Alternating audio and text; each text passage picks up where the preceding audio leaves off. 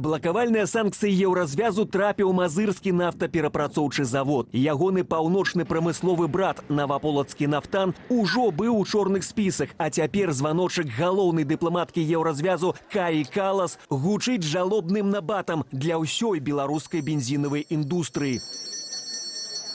Санкцыі уведзеныя і супраць расійскай дачкі беларускай нафтавай кампаніі еўрапейскай трэйдынгавай кампаніі. Менавіта праз яе Менск спрабаваў рэалізоўваць свае нафтапрадукты. Наўпрост забараніць продаж Брусэль не можа, але ён цалкам перакрывае фінансавыя і тэхнічныя інструменты, без якіх гэты гандаль становіцца вельмі цяжкім. Забарона на працу еўрапейскіх банкаў і філіялаў, замарозка фінансавых сервісаў і сістэмы SWIFT, перакрыццё лагістыкі, страхавання і ценявога флоту. На гэтым Брусэль не спыніцца.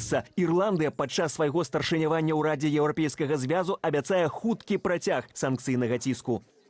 Я заўсёды выразна заяўляў, што мы не можам цярпець змены межаў сілай. Мы будзем працаваць над узмацненнем ціску на Расею з мэтай спынення яе агрэсіўнай вайны. У тым ліку праз далейшыя рашучыя і мэтавыя санкцыі. Акрамя нафтавай сферы пад санкцыі трапіў шэраг беларускіх прадпрыемстваў, пра дзейнасць якіх на карысць расійскага ваенна-прамысловага комплексу расказваў у сваіх расследаваннях Белпол. Цяпер прадпрыемствы Дыапраектар, Дысплей, завод корпусных вырабаў ды іншыя не могуць набываць у еўразвязе тавары падвойнага прызначэння. Таксама прыкрываюцца лічбавыя шчыліны. Еўразвяз пашырыў санкцыі на крыптасферу. Сярод 14 забароненых платформаў беларускі рэзідэнт ПВТ. Каб Менск не стаў хабам для адмывання брудных грошай вайны, еўрапейскім кампаніям забаронена працаваць практычна з усімі відамі крыптапаслугаў для беларускіх фізічных і юрыдычных асобаў. А ў нашай студыі з'явіўся Вадзім Мажэйка, кіраўнік Інстытуту даследаванняў бяспекі імя Касцюшкі. Вадзім, вітаю, добрый вечар. Прывітанне. Добрый вечер. Ну, чуем мы 21-й пакет санкцыяў. Прызнацца, ёсць такія нейкія іранічныя каментары, не ведаю, пакет з пакетамі, што шмат гэтых увесь час апдэйтаў выходзіць. Ці ёсць сэнс у гэтых абмежаваннях? Ці яны сапраўды дапамагаюць спыніць вайну? Безумоўна, сэнс ёсць, бо, мне здаецца, было б дзіўна, калі тое прадпрыемства, якое, дзякуючы працы хлопцаў з Белпола, выкрылі, што яно працуе на вайну, было б дзіўна, каб гэтае прадпрыемства магло прост закупляць камплектуючыя дзесь там у Польшы, у Германіі, гэтых камплектуючых нешта збіраць, тое, дзякуючы чаму Расія забівае людзей ва ўкраіне. Таму натуральна, што такіх трэба знаходзіць, рабіць расследаванні, пасля ўносіць у санкцыйныя пакеты. І з аднаго боку, так, канешне, было б наіўна лічыць, што, ведаеце, там, санкцыі гэта проста як, не ведаю, некая звыш-бомба, проста разам усіх заб'е, ўсё спыніць. Не. Але гэта як любая вайна, там, украінскія ўдары таксама разам не забіваюць усё расійскае войска, але ж гэта не нагода супыняць такія ўдары. Тое самае з санкцыямі. Так, гэта інструмент эканамічнай барацьбы, трэба дзейнічаць паслядоўна. І таму так важна, у тым ліку, праца і расследавальнікаў, журналістаў, якія знаходзяць такія розныя зачэпкі, знаходзяць прадпрыемствы, якія дапамагаюць расійскай ваеннай машыне, і пасля так і выносяць у санкцыйныя пакеты. Разам з тым, у адказ на гэтыя санкцыі Кітай увёў санкцыі супраць 14 еўрапейскіх кампаніяў. Гэта такі сяброўскі крок, ці ён сапраўды можа нейкім чынам уплываць на прыняцце наступных пакетаў? Ну, сапраўды адносіны Кітая і еўразвяза асобная вялікая тэма, і там ёсць шмат узаемазалежнасцяў, залежнасць еўрапейскай эканомікі ад кітайскіх пастаўшчыкоў, але таксама і залежнасць Кітая ад еўрапейскага рынку збыту. Як тут, як не эканаміст, не адмыслоўца па Кітаі, мне складана сказаць, на якім этапе зараз там знаходзяцца стасункі, але, безумоўна, кітайская дыпламатыя дзейнічае абачліва і, думаю, конечно, не ў інтарэсах там, не ведаю, правоў чалавека ва ўсім свеце, але дакладна і не ў інтарэсах проста Лукашэнкі. Можна зрабіць нейкі пэўны крок, але ясна, што еўрапейска-кітайскі гандаль і шырэй эканамічная супраца, яна залежыць ад вялікай колькасці фактараў, і адносіны з Беларусю і дзейнасць беларускіх прадпрыемстваў тут, мякка кажучы, не першы фактар. Наконт беларускіх прадпрыемстваў у санкцыйны спіс трапіў мазырскі нафтаперапрацоўчы завод. Раней пад абмежаванне развязу трапіў яго бліжнюк у Наваполацку. У чым тут логіка? Чаму адзін завод унеслі раней у спіс, а другі пакінулі па-за санкцыямі, цяпер яго закрываюць для яго рынак у Еўропе? Ну, я б сказал, ведаеце, мазырскаму НПЗ пашчасціла, што ён трапіў пад санкцыі, а не пад удар украінскіх беспілотнікаў. Зыходзячы з таго, дзе ён знаходзіцца і што сёння адбываецца з расійскімі НПЗ, а потым іх прадукцыю замяшчаюць НПЗ беларускія, то, мякка кажучы, яшчэ не так все блага тут для мазырскага НПЗ склалася. Добра, што ён цэлы, потым у дэмакратычнай Беларусі яшчэ спатрэбіцца беларускаму народу. Санкцыі вводзяцца паступова, паслядоўна, і тут заўжды баланс паміж тым, каб санкцыянаваць, ведаеце, усё адразу, бо злачынцы ж трэба пакараць.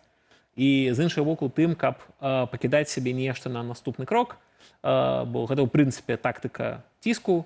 Калі ты адразу першым жа крокам націснуў на апаненты, проста выклаў усе аргументы на стол адразу, досыць складана будзе потым зрабіць наступны крок, калі ты ўжо ўсе магчымасці выкарыстаў. Таму так, гэта частка дыпламатыі ціску і частка таго, як санкцыі могуць уводзіцца паступова, могуць уводзіцца так на розныя прадпрыемствы, на розныя банкі. І мне здаецца, да таго часу, пакуль ёсць што санкцыянаваць, яго дакладней так заўжды будзе што санкцыянаваць.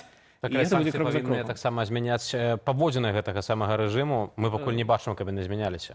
Добрае пытанне, што змяняе паводзіны рэжыму. Бо, безумоўна, санкцыі так накладаюцца за розныя, у тым ліку за удзел у вайне. Безумоўна, ёсць шырэйшы палітычны кантэкст. І гэта такая вялікая палітычная дыскусія, што тут з чым звязана. Калі так, напрыклад, уводзяцца санкцыі, так там калі палічыць там за апошнія 12 месяцаў, фактычна 500 палітвязняў у розных хвалях было вызвалена. Ці гэта звязана з тым ціскам, які ёсць, з тым, як санкцыі, напрыклад, амерыканскія так часткова адмяняліся з таго ж беларускага калія. І таксама ёсць яшчэ момант з тым, як уплывае, калі ты ведаеш, што на табе могуць націснуць, але яшчэ на щось не націснулі, напрыклад. Не ўвялі яшчэ мацнейшыя санкцыі. Ты думаеш, калі я буду сабе вось так-то паводзіць, за якія паводзіны, што мне прыляціць.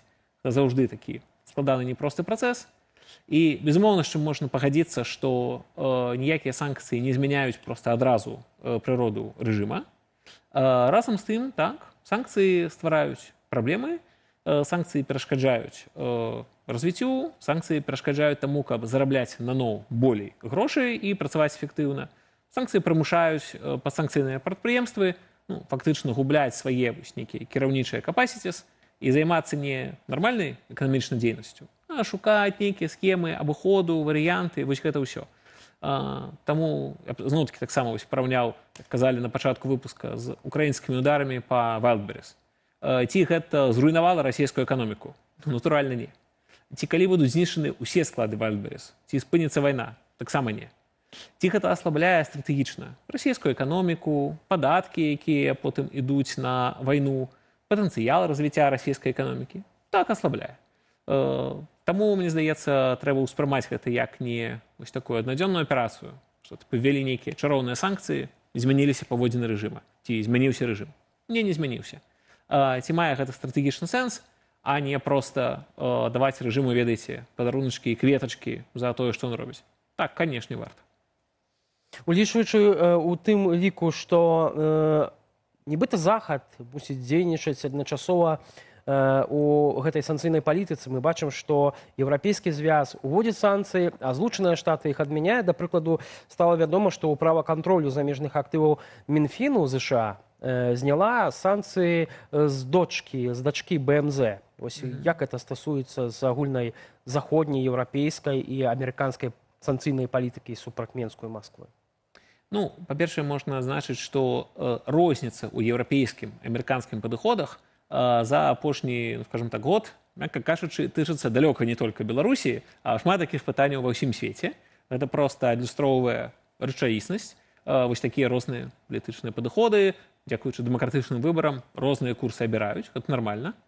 Па-другое, мне здаецца, падчас увогуле такога ціску гульня ў добрага і дрэннага паліцэйскага, гэта самыя две класічныя ролі. Нехта ўводзіць санкцыі, нехта адмяняе, з нейкім можаш паразмаўляць, а нехта табе больш цісне. Уласна, наконт аспекту санкцыяў у нас ёсць яшчэ адзін момант, заўважыў эксперт, пра тое, што ў гэтым санкцыйным пакеце ёсць аперацыі крыптавалютамі, якія здзяйсняюцца з беларускімі суб'ектамі. Давайте паслухаем Андрэй Махоўскі вашай увазе. Беларускі Нацбанк ужо колькі месяцаў з мінулага года насамрэч рэч вельмі носіцца з гэтай ідэяй стварэння крыптабанкаў у Беларусі. Яны, канешне, кажуць, што гэта для таго, каб, значыцца, не было ніякіх там гэтых схемаў, каб людзей не падманвалі і гэтак далей. Да? Але нават яны самі прагаворваліся, што гэта нам дапаможа спрасціць разлікі ва ўмовах, калі ёсць санкцыі супраць там беларускіх банкаў. Некалькі дзён таму быў прыняты, ужо уступіў дзеянне лукашэнкаўскі указ о крыптабанках. То бок яны ўсё падрыхтавалі, і тут хоба, і так прэвентыўна ім уводзяць у гэта ўсё забараняюць. Вадзім, мы таксама яшчэ не бачылі гэтыя клубы дыму над Санкт-Петербургам. На твою думку, уплываюць гэтыя украінскія атакі на расійскую інфраструктуру, на рэжым у Беларусі, на прыняцце рашэнняў уладамі ў Менску? Ну, у пэўнай ступені, безумоўна, уплываюць, бо, ведаеце, мы бачым, як апошнія месяцы, асабліва у кантэксце і пасля сустрэчы Святланы Ціханаўскай з Владзімірам Зеленскім, як так увогуле мяняецца пазіцыя Кіева, як яна больш жорсткая, большы ціск на Менск. І, натуральна, калі ты хочаш займаць жорсткую пазіцыю, каб яна была пераканаўчай, як сёння пераканаўчая пазіцыя Кіева, ты маеш быць моцным, і ты мусіш прадэманстраваць, што ты гатовы гэтую моц выкарыстоўваць. І таму, канешне, калі б Кіеў баяўся біць па тэрыторыі Расіі і пры гэтым даваў такія празрыстыя намёкі пра мазырскі НПЗ, це была б адна сітуацыя. А, ведаеце, іншая сітуацыя, калі сапраўды мы ўжо дзень за днём бачым гэтыя клубы дыма, ці то над складамі Вайлдберріс, ці то над нейкімі расійскімі прадпрыемствамі, над расійскімі танкерамі ценевого флота. Праблемы з тым, каб паліва ў Крым прывозіць, з'яўляюцца ўвесь час.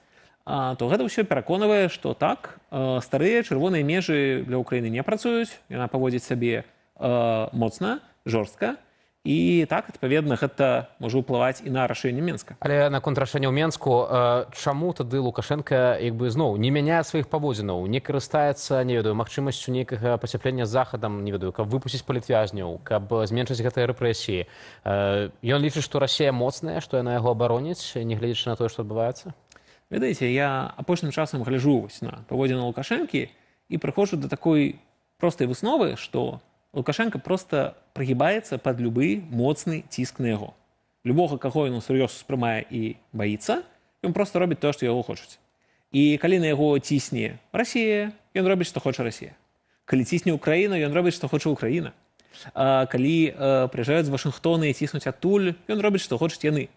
І з аднаго боку, так, гэтыя ўсе дзеянні, хто чаго хоча, яны часам не вельмі так лагічна стасуюцца адзін з адным, мовляў, зробім Украіне, што хоча яна, а пры гэтым паралельна будзем ўсё прадаваць Расіі, што хоча Расія. І гэта можа гучаць так алагічна. Але калі сыходзіць з таго, што проста Лукашенка, выбачаецца, так, слабак, ён моцны толькі людзей неўзброеных біць.